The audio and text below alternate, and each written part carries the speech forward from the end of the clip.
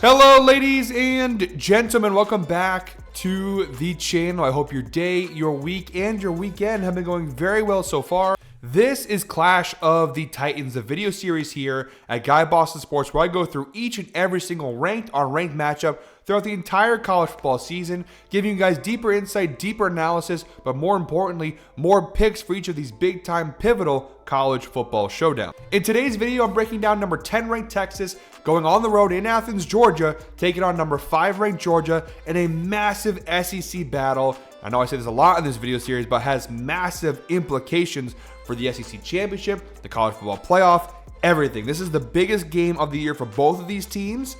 I mean, Georgia did play Alabama, but still, right now, this game means everything for both these teams. For Texas, it's do or die.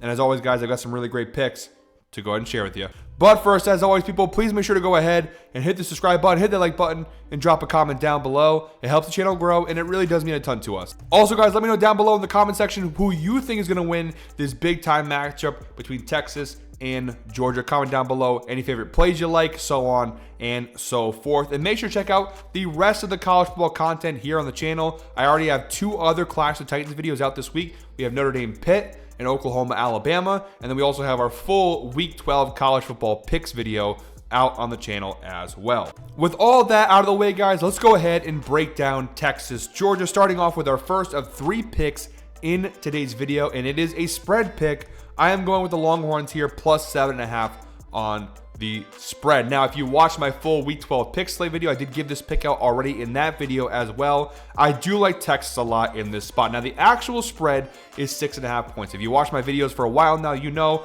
I like to adjust the lines a little bit. Is it technically an alternate line? Yes. Is it still worth it from a value standpoint? Also, yes. I like the spot a lot here for Texas. Adding that extra point, avoiding the hook there, getting plus 7.5 is huge in this spot. Now, I'm grabbing it from minus 146 over on Novig. So a little juice. You have to put a little extra on it in order to make your full unit. But I think getting that 7.5 is key in this spot. This is going to be a really good game on the road in Athens, Georgia. 2 giants of the SEC going toe-to-toe. And although Texas' offense has not been great this year, their defense is one of the best in all of college football. Look at the right side of the screen here. Their defense, 11th best defense in college football in terms of scoring, 2nd best run defense, which obviously is huge in this spot because Georgia's strength offensively, their rushing offense, 24th in the nation, averaging 197 rushing yards per game. So their ability to stop the run against a Georgia team that favors the run is huge. Now, Texas's pass defense isn't great, and that's where Georgia has the advantage, along with obviously the home field advantage, is the fact that if Gunnar Stockton can get going, there are some advantages to be had against this Texas pass defense. But Texas also forced a lot of turnovers, a very strong pass rush. Literally every number is inside the top 40 in college football except for passing yards allowed. This is an elite defense, and it's the reason why they are still in a position to make the playoff despite some difficult losses earlier in the year. On the flip side, Georgia also has a solid defense, but not nearly as good as Texas is.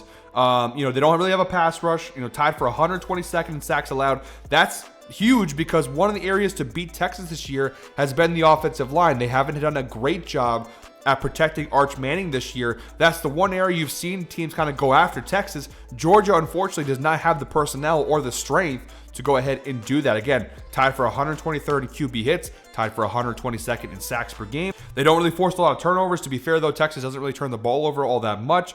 So the one area where they're kind of weak there is their pass rush. Their pass defense also isn't great, 57th in the nation. That's huge because the strength of this Texas offense has been their ability to throw the football. Admittedly, Texas offense scares me. It's scared me all year long. Arch Manning has not been as great as he was supposed to be. He's been good at times, but this Texas offense has definitely been a letdown this year. However, the real reason why I'm riding with the plus 7.5 is I think this defense is so damn good, it's going to be able to keep them in this game and keep it close with Georgia, even if Texas offense isn't firing at 100%, or even if it is firing at 100%, if it's not able to score too many points here against a pretty good Georgia defense.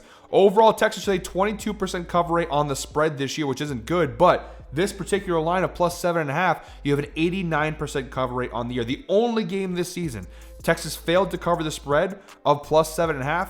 You got to go to the Georgia game there. They lost, the Florida game. This is the Georgia game. The Florida game, they lost by 8 against Florida at the Swamp. That's the only game this year they've lost by more than 7 points. Even when they played Ohio State back in week 1, they went ahead and covered the spread. Now, you see here, they're just 2-9 against the spread. We are adjusting the line here, so the data obviously changes a little bit. But like I said, Texas, they haven't been a great cover team, but at this line, they have been. Georgia, 50-50 overall. At this line of 7.5, a 67% cover rate. But you do see Tennessee, Alabama, Florida, a couple games there against some pretty decent SEC competition where Georgia hasn't been able to win big score games. So I do think Texas, because of the strength of their defense, I know they're on the road here at Georgia, but because of the strength of their defense, I do think the Longhorns, as long as they get a decent performance out of Arch Manning, can at least keep the game within a touchdown. Because again, on the flip side, Georgia offensively and defensively, they're a good team. They're a top 5 team in the country, but as you see, they're not as dominant as some other college football teams in these categories. Like their offense, right? Really good run offense, as we've already broken down. Texas can negate that with their run defense. Gunnar Stockton, the passing game, has been fine, but not great. We'll see how it looks in this one. Then the flip side, the same thing. You know, their run defense is very, very good. Their pass defense, not so much. We'll see how it holds up here against Texas. Ultimately, like I said, I'm not taking Texas on the money line, although a sprinkle might not be a bad idea, but I think a plus 7.5, you have to take Texas here. Take your chance. They did play twice last season, obviously, the SEC championship and the regular season. The first time around, Georgia beat Texas 30-15. And the second time around, actually, Georgia won both games against Texas last year. The last time these two teams played, Texas did cover in the SEC championship plus 7.5. The first time, they lost by 15. But those are obviously two different teams, two different scenarios. I do think Texas should be able to go ahead and keep this one close and cover here at plus 7.5. And for my second pick, guys, although I like the first play, this play to me is a home run play. We have the under 50.5 in this game, which I'm grabbing for minus 118 over on Novig. Best odds available to me. I love Texas plus 7.5. I more than like it. I love it. But I absolutely love the under here at 50.5 points, which again, from minus 118, a little bit better of a value pick. Now, I've already broken down both good defenses. Texas, a great elite defense. Georgia, a solid, very good defense. Both these teams have been covering unders at a high rate, specifically this line of 50.5. Georgia has covered the under of 50.5 in 67% of their games this year. Now, each of the last 2 weeks, the overs hit versus Vandy and versus Mississippi State. But overall this year, you have seen the under clear in 67% of their games. For Georgia, still the same thing. Majority of the time, the under has hit. This under of 50.5 points has cashed in 56% of their games. So both teams that cover the under the majority of the time, both good defenses, both with offenses that are good, but are a little bit shaky, and we'll see how the matchups work in this game. Like I said, Georgia's offense could be negated by this Texas defense, specifically their running game. That's huge for them in this spot. You also have the fact that each of the last 2 times they played last year, the under hit. And I'll be fair, I think Texas offense was a little bit better last year with Quinn Ewers. I think Georgia's offense was at the very least the same level with Carson Beck last year. Although I think Gunnar Stockton started the SEC championship game, if I'm not mistaken. I can't completely remember that correctly.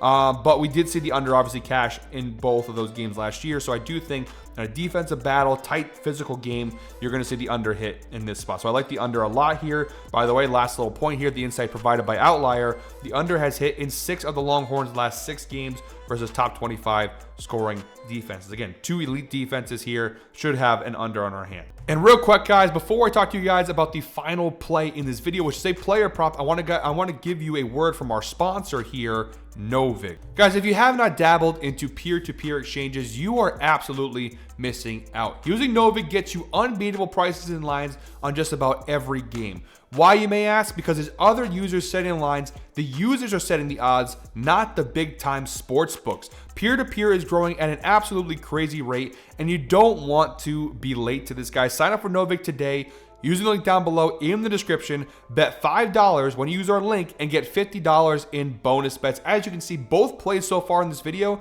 the best odds available came from Novig. So you can use that bonus $50 to ride that under in the Texas-Georgia game or Texas plus 7.5. Either way, you can do whatever you'd like, but the point being, use the link down below in the description. Sign up, bet $5, get $50 in bonus bets there from Novig. I'm telling you guys, if you watch my NFL videos, my college football videos, more often than not, the best odds available for these plays are on Novig. So they're a great sponsor of the channel and a great tool to use in the sports betting market. So go ahead and check them out. Shout out to Novig for sponsoring today's video. All right, guys, our third and final pick, like I mentioned, is a player prop in today's video. We have DeAndre Moore Jr., the wide receiver for Texas, over 29.5 receiving yards, which I am grabbing for -136 over on FanDuel. Just too little of a line, if I'm being honest. He's cashed it in 7 consecutive games, 7 of 8 this year. It's an 88% hit rate, averaging 47.38 receiving yards per game this season. Now, he is the second most targeted receiver in this Longhorns offense, pretty far behind number 1 wide receiver Ryan Wingo. Now, the problem with Wingo is his line is very large,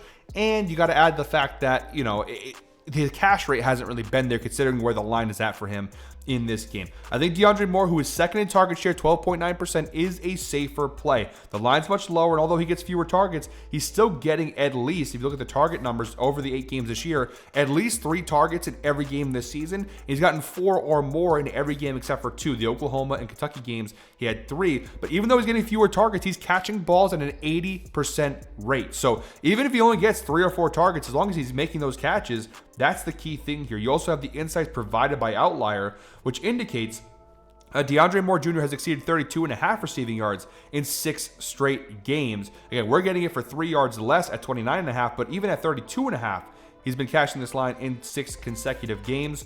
So really good numbers across the board here for him in this spot. Again, the weakness of the Georgia defense is their pass defense. You see up here, 57th in the nation, giving up 210.6 receiving yards per game to opposing teams. So I think it's a pretty good spot. And also one other point, head-to-head, the last time these two teams played in the SEC Championship, DeAndre Moore Jr. had 114 receiving yards in that game. Now, granted, he had 14 targets in that spot and caught 9 of 14 targets. I don't expect him to get the same workload. The point being, though, we have seen him against this Georgia team have a great deal of success. So I think it's a pretty good spot. We did see last time out versus Mississippi State, Brennan Thompson had 92 yards receiving. Eugene Wilson for Florida had 121. We've seen receivers have success here against this Georgia defense. I think DeAndre Moore Jr.